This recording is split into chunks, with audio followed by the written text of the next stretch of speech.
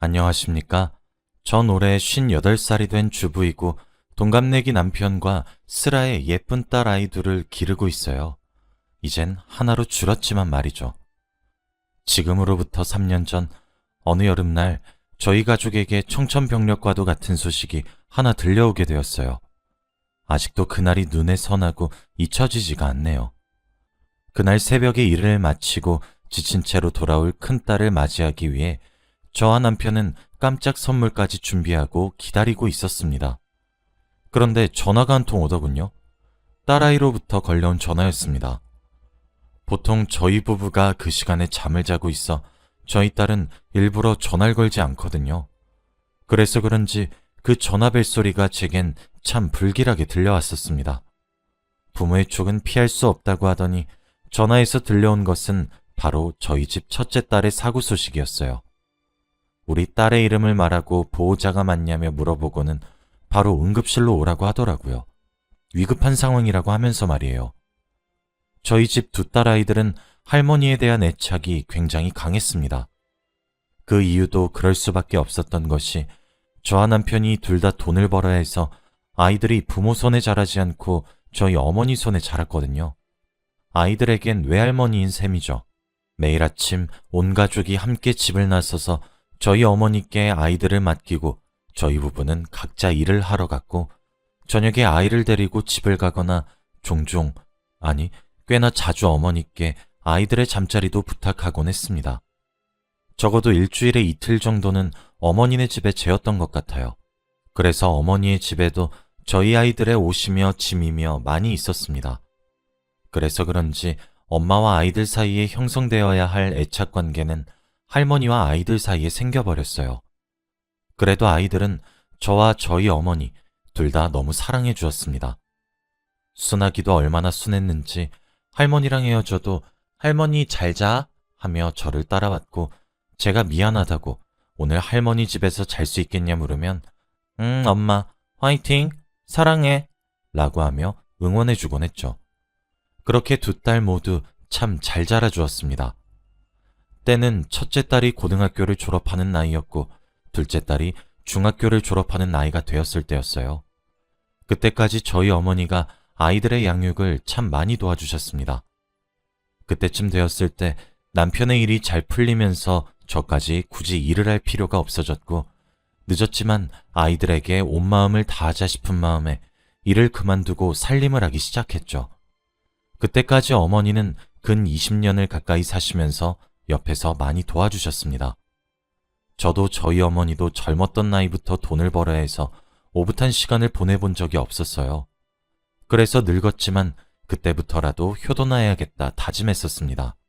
비극은 쥐도 새도 모르게 찾아온다더니 일을 그만두고 반년도 채 되지 않아 어머니는 갑자기 찾아온 급성 심근경색으로 손도 써보지 못하고 그만 돌아가시고 말았어요. 그때 둘째 아이는 집에 없었고 첫째 아이는 늘어지게 잠을 자고 있었죠. 그래서 방에서 갑자기 심장을 부여잡고 쓰러진 줄 몰랐던 겁니다. 첫째 아이는 그 이후로 제정신이 아니었어요. 죄책감에 미친 듯이 시달렸거든요. 사실 저희 부부는 친정이든 시댁이든 어른들이 많이 없으세요. 시어머니랑 시아버지는 남편이 어렸을 적에 일찍 돌아가셔서 친척들의 집을 전전하며 정말 아등바등 살아남았고 저희 아버지는 제가 눈도 못 뜰 신생아 시절에 사고로 일찍 돌아가셨거든요. 저희 어머니께 100번 1000번 감사해도 모자랍니다. 두 딸이 할머니를 그렇게나 따랐습니다. 그래서 그 기억 때문인지 몰라도 딸아이 둘 다 할머니란 존재를 끔찍히 여기고 있고 이 법칙은 낯선 할머니들에게도 적용됩니다. 저희 어머니가 심근경색으로 돌아가셨을 때 아이들은 장례식을 치르면서도 몇 번씩이나 혼절을 했어요. 그 이후 밖으로 놀러 갔던 아이들이 갑자기 시들시들해진 나무를 몇 봉지씩이나 사오는 그런 일들이 종종 생기기 시작했죠. 왜 그랬냐 물어보면 할머니랑 비슷한 나이로 보이는데 오늘 날씨가 너무 추웠잖아. 그냥 우리가 이거 다 사드리면 그 할머니가 일찍 들어가실 수 있으니까 라고 큰딸이 대답했고 나도 우리 할머니 생각이 나서 그랬어 라고 작은딸이 대답했죠. 어처구니가 없어서 이거 누가 다 먹어 하다가도 관심을 많이 주지 못했음에도 불구하고 바르고 곧게 선량하게 잘 자라준 것만 같아 뿌듯하기도 했습니다. 구걸하시는 할머니들을 지나치지 못했고 추운 날 지하철에 노숙하는 할머니들을 보면 주머니를 뒤져 잔돈을 박박 긁어 모아주기도 했어요. 어떤 날은 장마철이었는데 큰딸이 나갈 때는 우산을 쓰고 집을 나갔었거든요. 그런데 집으로 돌아올 때는 물에 빠진 생쥐꼴로 집으로 들어온 겁니다. 정말 깜짝 놀라 자초지종을 물으니 빈병을 줍는 할머니가 우비를 쓰면서 줍고 있었는데 우비가 너무 낡아 안으로 비가 들어가는 게 눈으로 보이더랍니다. 그런데 큰딸은 본인 집이 여기서 가깝기도 하니 자신의 우산을 건네주고 집으로 뛰어온 거였어요. 큰딸만 그런 것도 아니었습니다. 그때는 한겨울이었는데 둘째 딸이 기관지가 조금 약한 편이라 겨울이 되면 목감기를 달고 사는 아이예요. 항상 목도리를 두르고 다니라 잔소리를 해서 아직도 겨울이 되면 목에 손수건을 감거나 목도리랍니다. 제가 목을 따뜻하게 하라고 잔소리를 정말 많이 했었거든요. 그런데 겨울철만 되면 둘째 딸이 밖에서 목도리를 잃어버리고 왔어요. 처음엔 정말 잃어버린 줄 알고 별말 없이 새로 사줬었는데 알고 보니 밖에서 추운 날씨에 덜덜 떨고 구걸하는 할머니들에게 둘러주고 왔다고 하더라고요. 그러면서 제게 말해요. 엄마도 알잖아. 사람이 목만 따뜻해도 체온이 오르는 거. 그렇게 덜덜 떨고 있는데 난 별로 안 추워서 그래서 준 거야 하더라고요. 두 딸은 그렇게 착하고 바르게 자랐습니다. 항상 봉사를 했고 어른들에게 친절을 베풀어 동네 사람들에게 칭찬도 많이 받았고 제 자랑들이었습니다. 그리고 그 정도로 제 할머니를 특히나 아꼈었던 아이들이에요. 특히 둘째보다 첫째가 함께한 시간이 더 길어 더 애틋해하고 있었고 죄책감까지 느껴왔기 때문에 더욱 약합니다. 아마 그날도 그래서였을 겁니다. 큰딸은 자신의 꿈은 구급대원이 되고 싶다고 말을 하던 아이였어요. 아이가 그런 꿈을 가지게 된 이유도 돌아가신 저희 어머니 때문이거든요. 큰딸은 아직도 그날의 죄책감을 많이 가지고 있습니다. 자신이 그날 잠에 들지 않았다면 응급처치를 할 수 있었다면 하는 그런 생각이요. 그래서 미래의 훌륭한 구급대원이 되어서 적어도 자신의 할머니처럼 죽음의 위기에 처한 사람들 중 몇 명이라도 살리겠다며 최대한 많은 사람들을 살리고 싶다는 포부를 가지고 있는 아이였어요. 그리고 또 하나의 꿈이 있었습니다. 20대가 되고 자신이 번 돈을 사용해 유럽으로 여행을 길게 갔다 오는 것이었죠. 그래서 큰딸은 패스트푸드점에서 야간으로 아르바이트를 하고 있었습니다. 저녁 7시 정도부터 새벽 3시 정도까지 일을 했어요. 그날도 다른 날들과 다를 바 없이 열심히 일을 했을 거예요. 그리고 퇴근을 하고 집으로 돌아오는 길이었을 겁니다. 저는 그날에 일어났었던 사고 당시의 영상을 보게 되었습니다. 영상 속에서는 어떤 할머니께서 폐지를 주우시고 계셨더군요. 제 딸들은 매사가 그랬어요. 그런 어르신들을 쉽게 지나치지 못하는 성정을 가지고 있었죠. 그래서 그런지 그날도 큰딸은 그 할머니를 보자마자 바로 뛰어가서 폐지가 담긴 수레의 앞부분을 자신이 끌고 뒷부분은 할머니가 밀고 그러더군요. 그렇게 언덕을 올라 골목길을 벗어나려던 그때 갑자기 어느 트럭이 한 대 갑작스레 나타났고 곧이어 끔찍한 사고가 일어나게 되었습니다. 큰딸의 몸은 정말 종이장처럼 휘익 날아올라 다시 땅속으로 처박혔어요. 할머니는 놀란 심장을 부여잡으며 제 딸에게 다가왔고 자동차 주인은 다급히 어디론가 연락을 하더라고요. 아마 119였던 것 같습니다. 그렇게 딸은 응급실로 실려왔지만 결국 뇌사 판정을 받게 되었어요. 침대 위에서 축 처진 채로 미동 하나 없이 누워있는 자식을 바라볼 수밖에 없었던 부모의 심정은 겪어보지 않은 사람이 아닌 이상 제대로 이해하지 못할 거라고 저는 장담합니다. 그 광경을 저는 차마 보지 못하겠더라고요. 제발 사람만 있어달라 그렇게 빌었는데 살아있지도 죽지도 않은 상태가 되어버렸잖아요. 솔직히 트럭 기사도 너무 미웠고 폐지 수레를 끄는 할머니도 미웠습니다. 할머니만 돕지 않았더라면, 트럭이 과속을 하지 않았더라면 하물며 주위를 잘 살피기라도 했다면 상황은 달라졌을 테니까요. 왜 하필 우리 딸이냐 하고 원망도 했어요. 남들 돕는 것이 나쁘다는 건 아니지만 왜 자기 자신을 챙기지 않고 먼저 가려고 하는지, 부모 가슴에 대못은 왜 박는 건지 얼마나 한이 맺히던지. 하지만 할머니는 죄가 없잖아요. 제 딸이 돕고 싶어서 도왔던 거니까요. 결국 모든 화살이 트럭을 운전했던 기사님께 돌아갔습니다. 기사님은 죄송하다며 울면서 저희 가족에게 사죄를 하셨어요. 기사님과 합의하진 않았어요. 사고 조사 결과 트럭의 과속이 원인이었던 사실이 밝혀졌거든요. 늦은 시간이기도 했고 사람이 잘 다니지 않는다 치더라도 그렇게 운전을 험악하게 하는 사람은 없어져야 된다고 생각했거든요. 그리고 저희는 몰랐는데 딸아이는 할머니가 돌아가셨을 적에 할머니를 떠나보내며 장기기증 서약을 했더라고요. 저는 억장이 무너지는 줄 알았습니다. 딸아이가 뇌사 판정을 받은 것도 믿기지가 않았는데 엄마였던 저로서는 장기기증까지 동의할 수 없었습니다. 저희 딸아이가 왜 죽어서까지도 남들에게 희생을 해야 하는지, 그리고 장기기증을 하면 정육점에서 고기 다루듯 눈도 꺼내고 장기도 꺼내고 그런다는데 남들에게 배려만 하고 살다 간 딸아이가 왜 죽어서까지 그런 취급을 당해야만 하는지 납득도 되지 않았고 이해하고 싶지도 않았습니다. 그리고 무엇보다 뇌사자라고 해도 숨은 쉬고 살아있잖아요. 장기기증이란 것을 알고 보니 뇌사자가 그 과정을 통해 숨이 끊어지는 거더라고요. 어떻게 엄마 사람이 자기 자식 숨통을 끊으란 말에 동의할 수 있겠나요? 그런데 둘째 딸이 그렇게 울부짖고 있는 제 손을 잡으며 말하더라고요. 언니가 원하는 거였다고, 그게 맞는 거라고요. 제 남편도 저를 안아주며 말을 했습니다. 이러는 게 우리 딸다운 것 아니겠냐고, 딸의 유지를 존중해주자고, 그게 바로 딸이 원하는 거라고 말이에요.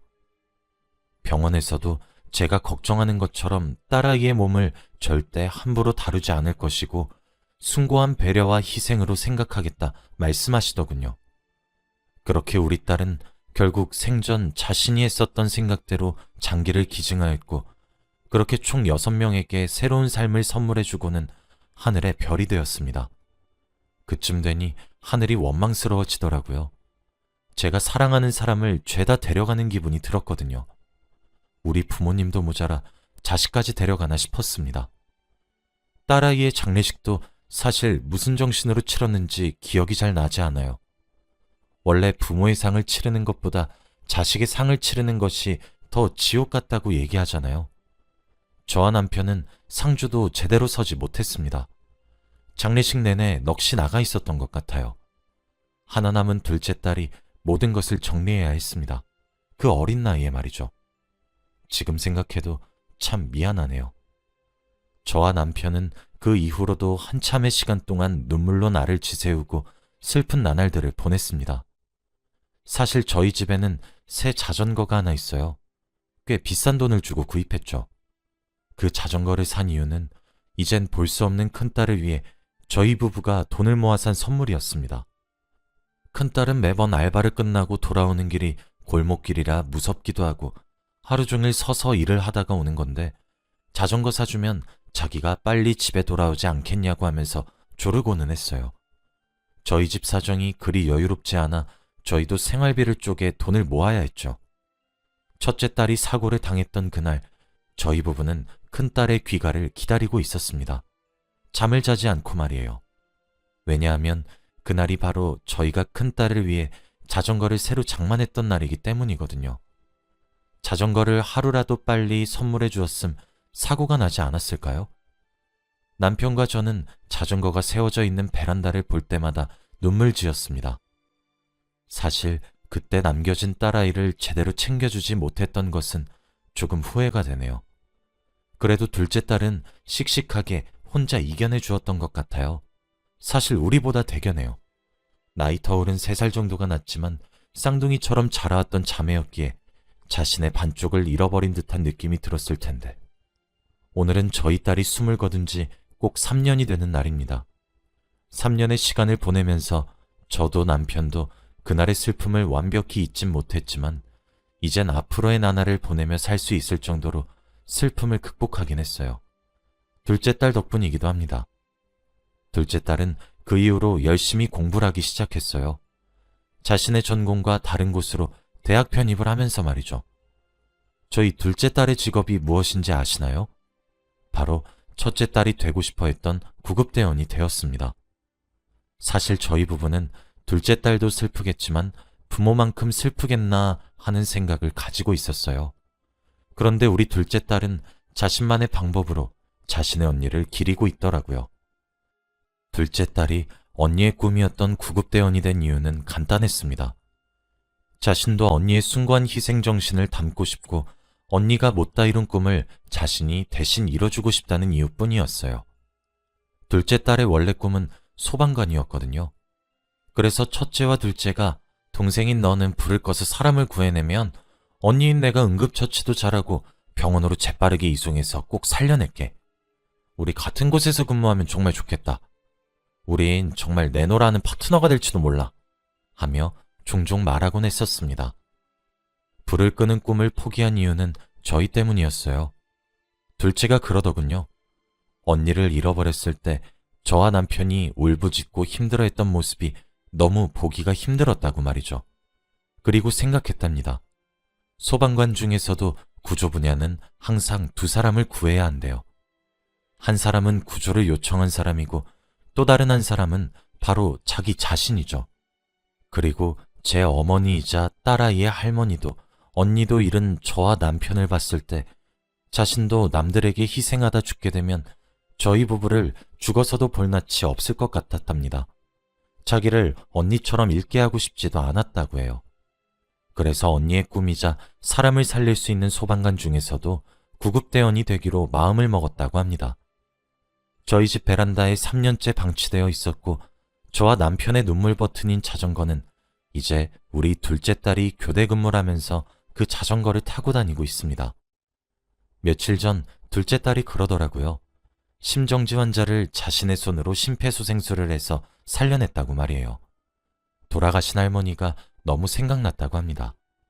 그때 자신이 이걸 배웠으면 달라졌겠지 하며 아쉬움을 표현하고 할머니를 그리워하다가도 자기 손으로 죽었던 심장이 다시 뛰어서 살게 되는 걸 목격했을 때 얼마나 짜릿하고 뿌듯했는지 아냐며 자랑스러워하는 표정을 지으면서 제게 조잘조잘 말을 하는데 참 기특하면서도 만감이 교차하는 기분이 들더라고요.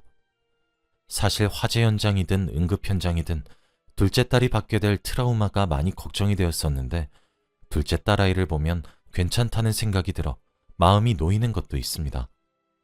큰딸을 잃어버리고 항상 둘째 딸에게 입에 침이 마르도록 말을 했어요. 어딜 가든 네 몸 먼저 챙겨달라고 말이에요. 이기적인 발언이라고 들리실지 모르지만 저는 세상 그 누구보다 남겨진 우리 딸이 제일 소중하거든요. 그럴 때마다 당연하지. 엄마, 나 믿고 있지? 라며 환하게 딸이 웃어주었습니다. 첫째도 둘째도 딸내미 둘 모두 제 손을 많이 타지도 않았는데 누굴 닮아서 어쩜 저리 항상 기특하고 예쁘게 자랄 수 있었던 건지 감동적이더라고요.